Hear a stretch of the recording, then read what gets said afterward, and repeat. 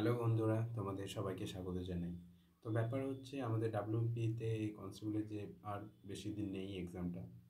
তো আমাদের যে গুরুত্বপূর্ণ টপিকগুলো আমার মনে হয় যে সেগুলো একবার রিভিশন দেওয়া উচিত বা সেগুলোকে তাড়াতাড়ি মানে কি বলবো কভার করে নেওয়া উচিত। তো আমি একটা সিরিজ শুরু করছি যেখানে আমি ছোট ছোট পার্টে তোমাদের যেগুলো ইম্পর্টেন্ট, যেখান থেকে কোশ্চিন আসে প্রত্যেক বছরই বা বিভিন্ন এক্সামে এসে থাকে, সেই জায়গাগুলো একটু টাচ করে যাওয়ার। জানি না কতটা হেল্পফুল হবে। তোমাদের ইচ্ছে করলে দেখবে, না হলে স্কিপ করে দেবে। অতটা কোনো যায় আসে না। ব্যাপার হচ্ছে নিজেই পড়াশোনা করো, এখন আমি এটাই চাইবো, এই ভিডিও টিডিও না দেখে। তো চলো, যেটা শুরু করেছি সেটা একটু বজায় রাখার চেষ্টা করি। তো আজকে যেটা আমরা আলোচনা করব সেটা হচ্ছে যে এই যে ভারতীয় সংবিধান আছে, এই সংবিধানে তো বিভিন্ন কিছু মানে আছে। এই সংবিধানে যে মেন মেন জিনিসগুলো, যেমন মৌলিক অধিকার, মৌলিক কর্তব্য, তারপরে সংসদীয় ব্যবস্থা, তারপরে হচ্ছে যৌথ অধিবেশন, এগুলো বিভিন্ন দেশ থেকে আমরা নিয়েছি। কিন্তু তোমরা সবাই জানো আমাদের যে ভারতীয় সংবিধানটা, এটা অনেক বড় সংবিধান, ঠিক আছে? এই সংবিধানটা লিখতে বা কি তৈরি করতে প্রায় 3 বছর সময় লেগে গেছে, ঠিক আছে? তো আস চলো একটু আমরা যে কোন সংবিধান থেকে, কোন দেশ থেকে কী নেওয়া হয়েছে সেটা একটু ভালো করে জানি।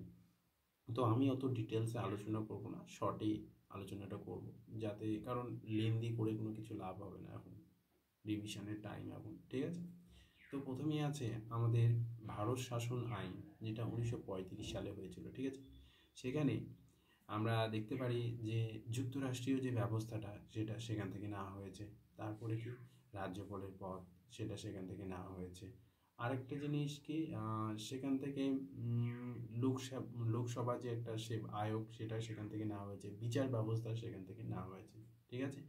তারপরে আমরা চলে আসি ব্রিটিশ সংবিধান। ব্রিটিশ সংবিধান থেকেও কিছু গুরুত্বপূর্ণ জিনিসগুলো নেওয়া হয়েছে, যেমন কি সংসদীয় ব্যবস্থা, ঠিক আছে?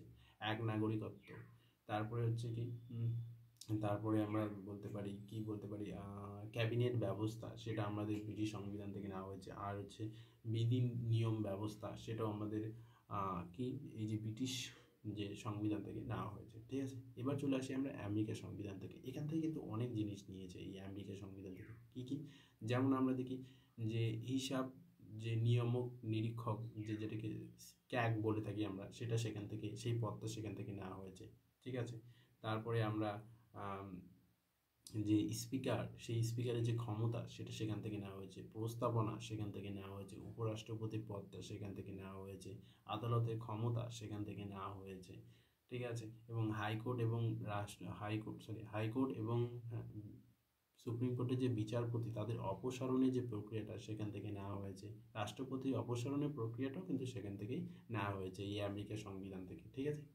তারপরে চলে আসি আমরা আইরাই সংবিধান থেকে। এই যে আমরা বললাম আমেরিকার সংবিধান থেকে রাষ্ট্রপতিদের নির্বাচন মানে অপসারণ করা হবে, ঠিক আছে? কিন্তু এই আইরাই সংবিধান থেকে, যেটা আয়ারল্যান্ড সংবিধান বলা হয়, সেখান থেকে কিন্তু যে এই যে রাষ্ট্রপতি কীভাবে নির্বাচন হবে সেটা নেওয়া হয়েছে, ঠিক আছে? তারপরে কী দেওয়া আছে, ডিপিএসপি যেটা, সেটাও কিন্তু এই আইরাইস বা আয়ারল্যান্ড সংবিধান থেকে নেওয়া হয়েছে, ঠিক আছে? তারপরে চলে আসি আমরা কানাডা সংবিধান। এই কানাডা সংবিধানে কি বলা হয়েছে যে ফেডারেশন সহ একটা কিন্তু কেন্দ্রের মধ্যে একটা সব থেকে শক্তিশালী ক্ষমতা কেন্দ্রের হাতে থাকবে। তারপরে কি আছে যে কেন্দ্রের হাতে যে অবশিষ্ট ক্ষমতাটা, সেটাও কেন্দ্রের হাতেই থাকবে,